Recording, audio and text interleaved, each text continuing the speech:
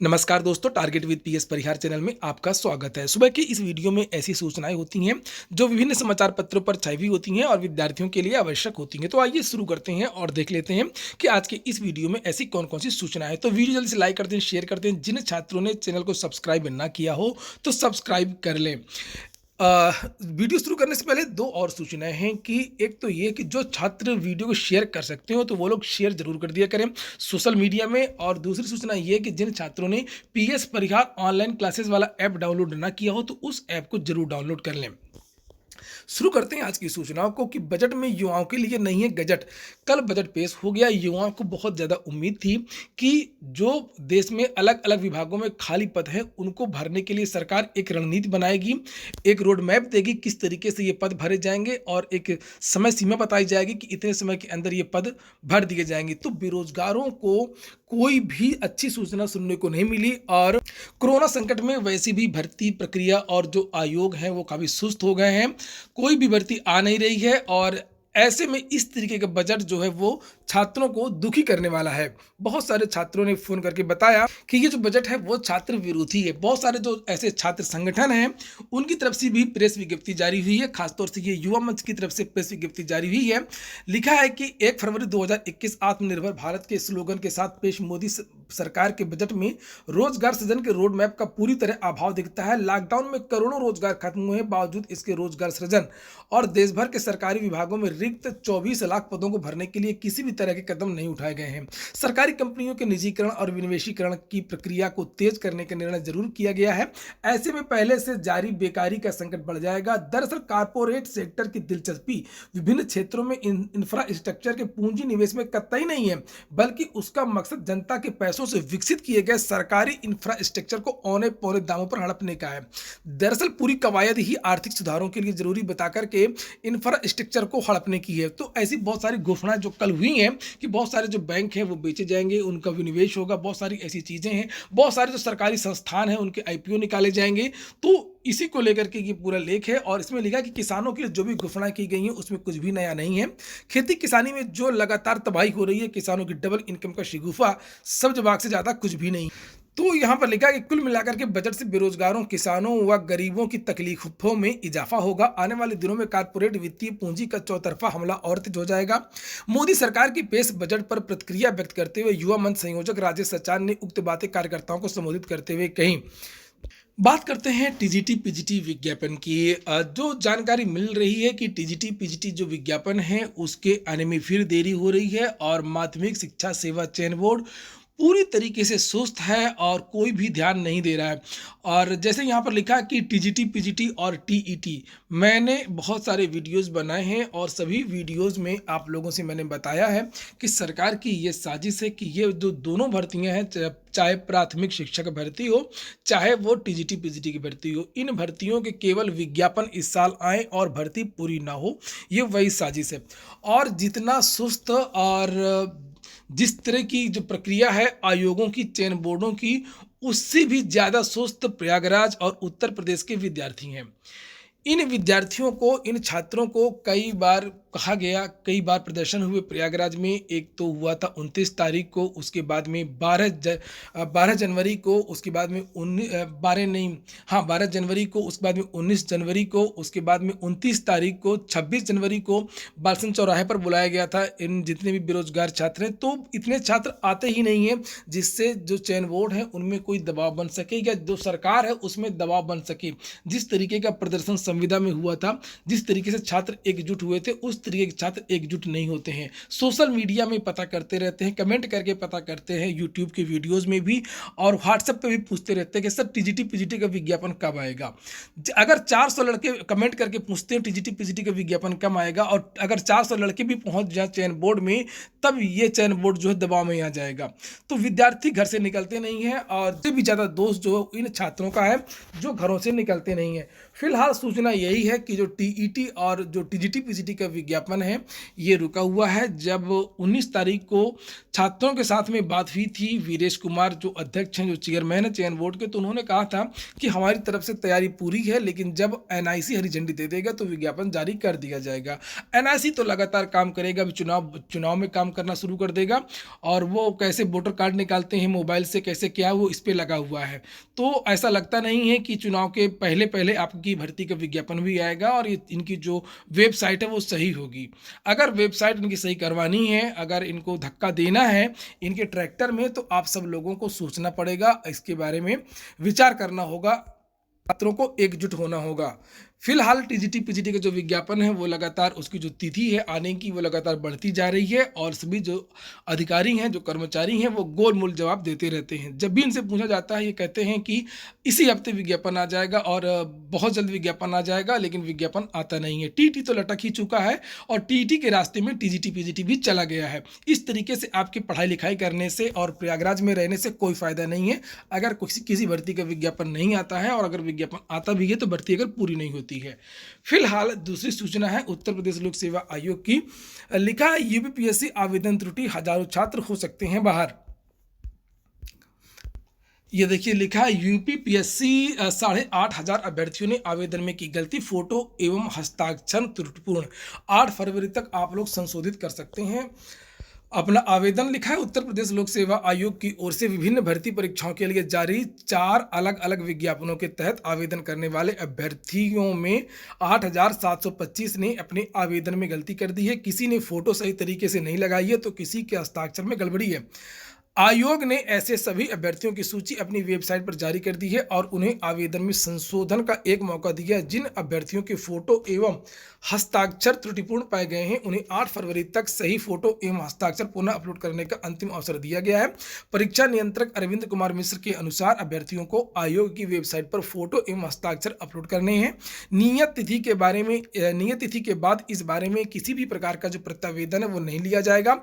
जिन भर्तियों के लिए आवेदन में गड़बड़ी हुई है उनमें राज्य कृषि सेवा परीक्षा भी शामिल है। राज्य कृषि सेवा के तहत 564 पदों पर भर्ती होनी है। इन पदों पर भर्ती के लिए आवेदन करने वालों में 1462 अभ्यर्थियों के फोटो एवं हस्ताक्षर में त्रुटि पाई गई है। वहीं राजकीय महाविद्यालयों में प्रवक्ता के 1473 पदों पर भर्ती के लिए आवेदन करने वालों में 6,379 अभ्यर्थियों के फोटो एवं हस्ताक्षर में गड़बड़ी पाई गई है। इसके अलावा आयोग ने एक अन्य विज्ञापन के तहत प्रदेश के राजकीय महाविद्यालयों में 19 विषयों में असिस्टेंट प्रोफेसर के 128 पदों समेत अन्य विभागों में कुल 328 पदों पर सीधी भर्ती के लिए ऑनलाइन आवेदन मांगे थे। साथ ही एक अन्य विज्ञापन के तहत विभिन्न विभागों में 18 पदों पर सीधी भर्ती के लिए आवेदन मांगे थे। तो इस भर्ती में भी 884 अभ्यर्थियों के फोटो और हस्ताक्षर जो है त्रुटिपूर्ण है। तो जिन भी अभ्यर्थियों ने राजकीय महाविद्यालय असिस्टेंट प्रोफेसर, राजकीय विद्यालय प्रवक्ता और इन जितनी भी भर्तियों के आवेदन किए हों, जाकर के एक बार अपना नाम जरूर चेक कर लें। कहीं इन छात्रों में आपका तो नाम नहीं है, अगर नाम है तो उसको आप लोग संशोधित कर सकते हैं। अगली सूचना भी है उत्तर प्रदेश लोक सेवा आयोग की ही। लिखा है असिस्टेंट प्रोफेसर भर्ती की स्क्रीनिंग परीक्षा 17 अप्रैल को।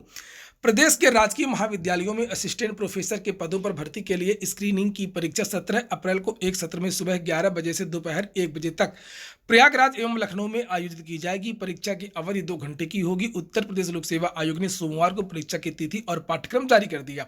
इसके साथ ही आयोग ने असिस्टेंट प्रोफेसर राजकीय डिग्री कॉलेज स्क्रीनिंग परीक्षा 2020 का पाठ्यक्रम भी जारी कर दिया।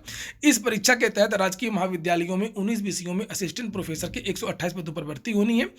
तो इसका जो पूरा प्रारूप है वो आयोग की वेबसाइट पर दिया हुआ है। अगली सूचना है 69,000 शिक्षक भर्ती की। लिखा दिव्यांगों के धरने के 50 दिन पूरे, नहीं सुनी गई मांग। बेसिक शिक्षा परिषद की 69,000 सहायक अध्यापक भर्ती में आरक्षण की विसंगति के खिलाफ दिव्यांगों का धरना सोमवार को 50वें दिन भी जारी रहा। दिव्यांग अभ्यर्थियों का कहना है कि अपनी मांग को लेकर के वे प्रदेश के उप मुख्यमंत्री केशव प्रसाद मौर्य, मंत्री सिद्धार्थ नाथ सिंह, बेसिक शिक्षा मंत्री सतीश द्विवेदी, महानिदेशक स्कूली शिक्षा विजय किरण आनंद, सचिव बेसिक शिक्षा परिषद प्रताप सिंह बघेल, बहुत सारे लोगों के पास में गए, लेकिन कोई भी सुनवाई नहीं हुई। इन अभ्यर्थियों का कहना है कि जब तक मांग पूरी नहीं हो जाएगी धरना जारी रहेगा।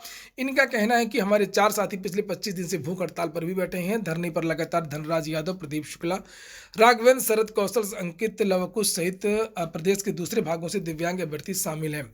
मैं भी गया था इनके धरने पर एक दिन और वहाँ पर देखा था कि बहुत ज़्यादा सर्दी है और उस सर्दी में ये विद्यार्थी अपनी लगातार मांग रखे हुए हैं और इनकी जो मांग है वो जायज़ मांगे हैं।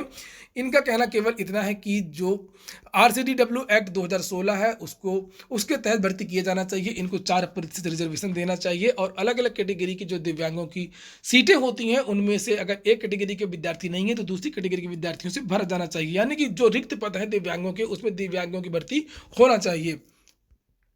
कुछ सूचनाएं हैं उत्तर प्रदेश लोक सेवा आयोग में साक्षात्कार हो रहे हैं पीसीएस 2019 के। लिखा है कि इन दिनों कोविड की वैक्सीन को लेकर तरफ चर्चा है। सो पीसीएस 2019 के इंटरव्यू में भी इस पर सवाल पूछ लिया गया। बायोलॉजी बैकग्राउंड के एक अभ्यर्थी से सवाल किया गया कि वैक्सीन कैसे काम करती है। मुख्य परीक्षा में अभ्यर्थी का वैकल्पिक विषय दूसरा था। सो ये सवाल भी किया गया कि मुख्य परीक्षा में बायो विषय क्यों नहीं रखा गया है। और एक दिन के ब्रेक के बाद में सोमवार से फिर शुरू हुए इंटरव्यू के लिए 119 अभ्यर्थियों को बुलाया गया था। उपस्थित 100% रही। वहीं वैकल्पिक विषय हिंदी साहित्य के साथ में मुख्य परीक्षा में सफल होकर इंटरव्यू तक पहुंचे एक अभ्यर्थी को इंटरव्यू बोर्ड के सदस्यों के सामने 25 मिनट तक सवालों का जवाब देना पड़ा। सवाल जवाब का सिलसिला गांधी और छायावाद में समानता मुंशी प्रेमचंद के उपन्यास के साथ में शुरू हुआ, इकोनॉमिक सर्वे पर जाकर के समाप्त हुआ। एक अभ्यर्थी से पूछा गया कि विवाह की न्यूनतम आयु 18 एवं 21 वर्ष ही क्यों रखी गई है। सोमवार को भी किसान आंदोलन के मुद्दे पर सवाल पूछा गया कि दिल्ली में हुई घटना में सरकार और किसान संगठन में दोषी कौन है। इसके अलावा एक अन्य अभ्यर्थी से सवाल किया गया कि संविधान में हिंदी के लिए क्या प्रावधान है। तो जो करंट से संबंधित जो सिचुएशन है उससे बहुत सारे प्रश्न पूछे गए। इसके पहले भी समाचार पत्रों के माध्यम से जानकारी मिली है कि जो प्रश्न पूछे गए उसमें किसान आंदोलन के बारे में बहुत सारे प्रश्न पूछे गए हैं। उसमें जो कोरोना वैक्सीन को लेकर के बहुत सारे प्रश्न पूछे गए हैं, कोरोना के कारणों को लेकर के बहुत सारे प्रश्न पूछे गए हैं। और अगली सूचना है डीएलएड चतुर्थ सेमेस्टर की परीक्षा आज से शुरू हो रही है। बीटीसी 2013, 14, 15 एवं डीएलएड 17, 18 चतुर्थ सेमेस्टर की परीक्षा 2 से 4 फरवरी के बीच में होगी। प्रदेश के 208 केंद्रों पर 86,000 से अधिक परीक्षार्थी परीक्षा में शामिल होंगे। रजिस्ट्रार परीक्षा नियामक प्राधिकारी राजशेखर ने बताया कि परीक्षा के लिए वाराणसी में सबसे अधिक 17 और आगरा में 13, अयोध्या में 11, प्रयागराज में 10 परीक्षा केंद्र बनाए गए हैं। अंतिम सूचना है रिक्त पदों पर जल्द भर्ती की मांग उठी। शिक्षकों ने प्रधानमंत्री मुख्यमंत्री को संबोधित ज्ञापन अपर जिलाधिकारी को दिया और लिखा अनुसूचित जाति जनजाति के रिक्त पदों पर भर्ती की मांग को लेकर के SC ST basic teachers welfare association ने प्रधानमंत्री और मुख्यमंत्री को संबोधित ज्ञापन ADM को दिया। पदाधिकारियों ने शिक्षकों के उत्पीड़न का भी आरोप लगाया। जिलाध्यक्ष सुरेंद्र प्रकाश के नेतृत्व में दिए गए ज्ञापन में मांग की गई है कि अनुसूचित जाति जनजाति वर्ग के शिक्षकों व सरकारी सेवकों को रिक्त पदों पर भर्ती और पदोन्नति में आरक्षण का शासनादेश जारी किया जाए। शिक्षकों व सरकारी सेवकों को पूर्व में दिए गए पदावनति आदेश को तत्काल निरस्त करते हुए पूर्व पद पर तैनाती देते हुए सभी लाभ दिए जाएं। शिक्षक भर्ती प्रक्रिया में अनुसूचित जनजाति के 1113 रिक्त पदों को जल्द से जल्द भरा जाए। ज्ञापन देने वालों में बहुत सारे लोगों के यहाँ पर नाम भी लिखे हुए हैं और इन छात्रों की, इन अध्यापकों की यहाँ पर फोटो भी लगी हुई है। वहीं पर SC ST के बारे में कुछ और भी सूचनाएं हैं। ये छूट गई थी न्यूज कल शाम को।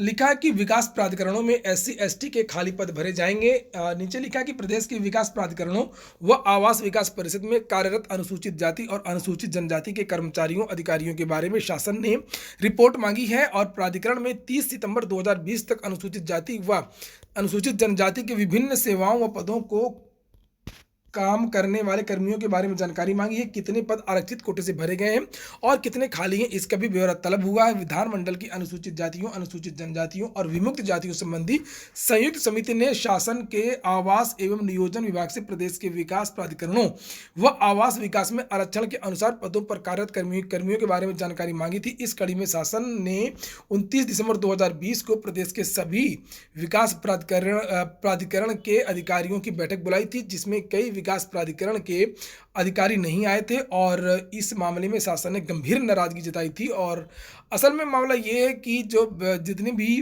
विकास प्राधिकरण हैं, जैसे ADA है, PDA है, DDA है, पूरे देश में होते हैं विकास प्राधिकरण, तो उनमें 2010 के बाद से कोई भर्ती ही नहीं हुई है और जो बहुत सारे जो पद हैं वो खाली हैं, खासतौर से अनुसूचित जाति और जनजाति के। लिखा तो प्रदेश के प्राधिकरणों में आवास विकास में बड़े पैमाने पर कर्मचारी रिटायर होते जा रहे हैं, लेकिन कई सालों से नई भर्ती नहीं हो रही है। आरक्षित कोटे के ही नहीं, सामान्य वर्ग के भी सैकड़ों पद खाली हैं। उत्तर प्रदेश आवास विकास परिषद में लगभग 50% पद खाली हो चुके हैं। अकेले आवास विकास में ही करीब 1000 पद खाली हैं। इसकी वजह से यहाँ कामकाज प्रभावित है। तो उत्तर प्रदेश में ऐसे बहुत सारे जो प्राधिकरण ही नहीं है, बहुत सारे विभाग हैं जिसमें लाखों पद खाली हैं और वहाँ पर संविदा से काम चलाया जा रहा है, प्रतिनियुक्ति से काम चलाया जा रहा है और सरकार भर्तियाँ नहीं कर रही है। कभी सरकार की एनआईसी खराब हो जाती है, कभी सरकार का कोई आरक्षण की नियमावली नहीं बन पाती है, कभी किसी और कारणों से। तो अगर सरकार चाहे तो बहुत सारे उत्तर प्रदेश के जो भी बेरोजगार छात्र हैं, एक चुटकी में लाखों छात्रों को सरकारी नौकरियां मिल सकती हैं, लेकिन सरकार केवल शिगुफा छोड़ती है, लॉलीपॉप देती है और जो बहाने हैं वो किसी और पर दे देती है। तो फिलहाल जानकारी के लिए इतना ही है आप लोगों के लिए कि इसमें बहुत सारे जो पद हैं वो खाली हैं। ये निश्चित नहीं है कि आखिरकार ये पद कब भरे जाएंगे। ये हो गया आज का वीडियो अगर आपको अच्छा लगा हो तो लाइक कर दें। जिन छात्रों ने चैनल को सब्सक्राइब ना किया हो तो सब्सक्राइब कर लें और पीएस परिहार ऑनलाइन क्लासेस वाले ऐप को जरूर डाउनलोड कर लें। पूरा वीडियो सुनने के लिए बहुत बहुत धन्यवाद।